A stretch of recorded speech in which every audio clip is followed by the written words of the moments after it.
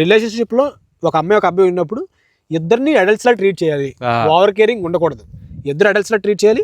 ఇద్దరు డెసిషన్స్కి utmost respect ఇవ్వాలి. 100% respect ఇవ్వాలి. ఇంకా చెప్పాలంటే 200, 120, 200, 220 రెస్పెక్ట్ ఇచ్చినా పర్లేదు. అది మీడియేటింగ్ చేసేటప్పుడు ఒకవేళ మీ రిలేషన్షిప్లో ప్రాబ్లం వచ్చింది, అవతల వాళ్ళు అడ్వైస్ తీసుకోవాలనుకుంటున్నారు, అప్పుడు కనీసం మీ అంత క్యాపబిలిటీ, మీ అంత మెచ్యూరిటీ లెవెల్స్ ఉన్న వాళ్ళ దగ్గర అడ్వైస్ తీసుకోండి.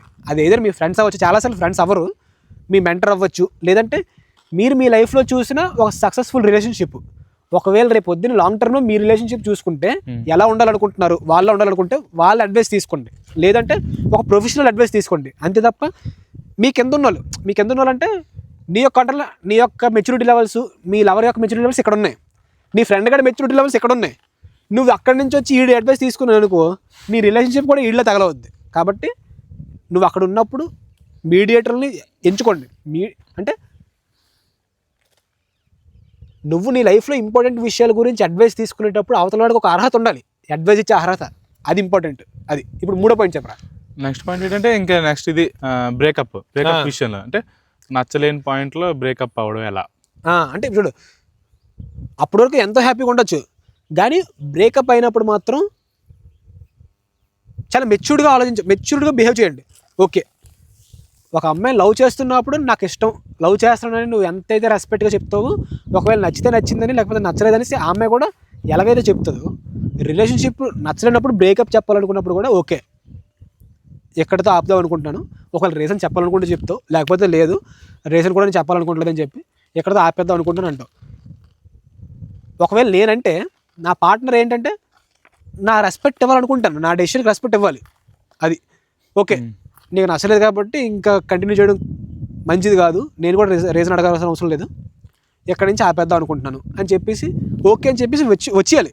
అది కరెక్ట్. అంతే తప్ప ఇంకా లాక్కెళ్ళి పీక్కొని వెళ్ళాల్సిన అవసరం లేదు. అది నెక్స్ట్ చెప్పినట్టు డేటింగ్ ఫేజ్. వెంటనే లవ్ చేయొద్దు. చూడగానే లవ్ వచ్చింది, లవ్ ఎట్ ఫస్ట్ సైట్ వస్తాయి, కానీ ఫస్ట్ డేటింగ్ చేయండి. ఎందుకంటే డేటింగ్ నువ్వు చేయలేదు అనుకో, ఇద్దరు వ్యక్తుల గురించి పూర్తిగా, అదే ఇప్పుడు నువ్వు నీ పార్ట్నరు మీ ఇద్దరి గురించి పూర్తిగా ఒకరికొకరు తెలుసుకోలేదు అనుకో, ఇవన్నీ ఎప్పుడు తెలుసుకుంటారంటే, ఇప్పుడు సపోజ్ డేటింగ్ ఫేస్ చేయకుండా స్టార్టింగ్ నుంచి లవ్కి వెళ్ళిపోయారు, స్టార్టింగ్ నుంచి ఇద్దరు లవ్ చేసుకుంటారు అనుకో, ఒక 6 నెలల తర్వాత, లవ్లో ఉన్న ఒక 6 నెలల తర్వాత తెలుసుకుంటారు ఒకరి గురించి ఒకరు. అప్పుడు నచ్చకపోయేసరికి బ్రేకప్ చేయాల్సి వస్తుంది. నేనేమంటానంటే లవ్ను వేరేగా చూడు, డేటింగ్ వేరేగా చూడు. అదే 6 నెలలు డేటింగ్లో ఉండు, ఓపెన్గా ఉండు, ఎమోషన్స్ని ఇన్వెస్ట్ చేయొద్దు. డేటింగ్ ఫేజ్లో ఎమోషన్స్ ఇన్వెస్ట్ చేయకుండా ఓపెన్గా ఉండి ఈ 6 నెలలు డేటింగ్ తర్వాత నచ్చలేదు అనుకో ఈజీగా విడిపో, నచ్చిందనుకో అప్పుడు రిలేషన్షిప్లోకి వెళ్ళు, అప్పుడు నీ ఎమోషన్స్ని ఇంక్లూడ్ చేయి నీ రిలేషన్షిప్లో, అప్పుడు ఈజీగా ఉంటుంది. అది తప్ప నువ్వు స్టార్టింగ్కి లవ్ అన్నావు అనుకో, పూర్తిగా తీసుకున్న తర్వాత నచ్చదు, రావడానికి ఇబ్బంది అవుద్ది, ఎమోషనల్ స్ట్రెస్, ట్రామా, డిప్రెషన్ ఇన్నంటావు. అది నువ్వు బయట ఫస్ట్ డేటింగ్ ఫేస్ చేసావు అనుకో ఈజీగా ఉంటుంది అది మాట. కాబట్టి ఫస్ట్ డేటింగ్ చేయండి, తప్పేం కాదు. డేటింగ్ ఇందాక చెప్పారు కదా, ఒకవేళ మీకు డేటింగ్ తప్పులాగా అర్థమైతే టచ్ కూడా చేయొద్దు అవతల వాళ్ళు. నువ్వు అమ్మాయి అయితే అబ్బాయిని టచ్ చేయొద్దు, నువ్వు అబ్బాయి అయితే అమ్మాయిని కూడా టచ్ చేయొద్దు. నీట్గా మాట్లాడుకోండి, తెలుసుకోండి. ఇప్పుడు మ్యారేజ్ అయినా సరే అదే అడ్జస్ట్మెంట్స్. నీ రిలేషన్షిప్ని కాపాడుకోవాలనుకుంటే నువ్వు 100కి 100 చేయాలి. 1000 అడ్జస్ట్మెంట్లు చేస్తే తప్ప నీ రిలేషన్షిప్ ముందుకు వెళ్ళదు, హ్యాపీగా ఉండలేవు. కానీ నీకు కూడా నీ రిలేషన్షిప్లో ఉండాలి అనుకుంటే ఆ 1000 అడ్జస్ట్మెంట్లు చేయాలి. లేదు చాలా పెద్ద అడ్జస్ట్మెంట్ చేస్తే తప్ప రిలేషన్షిప్ హ్యాపీగా ఉండదు. కానీ ఆ అడ్జస్ట్మెంట్ చేస్తే నేను నా లైఫ్ నుంచి దూరం అయిపోతాను, నేను నా కోర్ హ్యాపీనెస్ నుంచి దూరం అవుతాను, అంత పెద్ద అడ్జస్ట్మెంట్ చేస్తే తప్ప నేను ఈ రిలేషన్షిప్లో హ్యాపీగా ఉన్నాను అనుకుంటే 1% అటుపక్క ఉన్నా సరే, అంటే 1% హ్యాపీనెస్ అటుపక్క ఎక్కువ ఉన్నా సరే నువ్వు రిలేషన్షిప్ వదిలేసి బయటకు వెళ్ళాలి.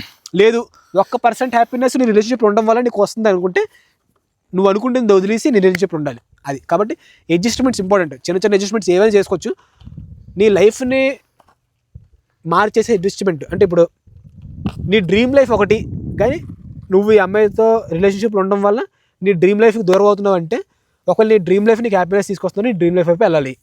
అది నీకు ఎంత బాధని కలిగించవచ్చు తిని నుంచి వెళ్ళిపోవడం వల్ల, అవతల వాళ్ళకి కూడా చాలా బాధ కలిగించవచ్చు, అయినా సరే నువ్వు నీ హ్యాపీనెస్ వైపు వెళ్ళాలి.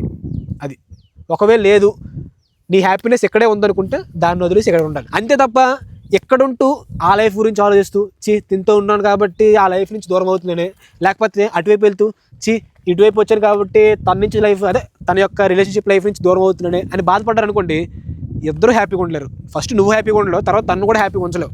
అది కాబట్టి ఎయిదర్ ఒకటి నువ్వు ఎంచుకోగలరు అంతే. లైఫ్లో నీకు అన్నీ రావు. ఒకటి కావాలంటే ఒకటి వదులుకోవాలి. నీకు బిజినెస్ కావాలి, జాబ్ చేయడం వదులుకోవాలి. జాబ్ చేయాలి, బిజినెస్ లైఫ్ వదులుకోవాలి. లేదు దీంతో హ్యాపీగా ఫ్యామిలీని లీడ్ చేద్దాం అనుకుంటున్నాం, నీకు ఇంకేవో డ్రీమ్స్ ఉన్నాయి, అవి పక్కన పెట్టాలి రెస్పాన్సిబిలిటీస్ కోసం. లేదు నీ డ్రీమ్ లైఫ్లో వెళ్దాం అనుకుంటున్నావు, అందులో నీకు ఎక్కువ హ్యాపీనెస్ వస్తుంది, నీ ఫ్యామిలీని నీ రెస్పాన్సిబిలిటీస్ పక్కన పెట్టాలి. వీలైతే అందులోకి ఎంటర్ అవ్వక ముందే నువ్వు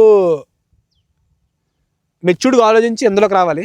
లేదు ఆల్రెడీ ఎంటర్ తప్పు చేసేసావు, రిలేషన్షిప్లోకి ఎంటర్ అయిపో, మ్యారేజ్ కూడా అయిపోయింది, ఆల్రెడీ పిల్లలు ఉన్నారు, రెస్పాన్సిబిలిటీస్ ఉన్నాయి అనుకుంటే ఒకవేళ అట్టే హ్యాపీనెస్ వస్తుందంటే మరి ఏం చేయలేక అటు రావాలి. లేదు అంటే అడ్జస్ట్ అవుతూ ఉండాలి. అది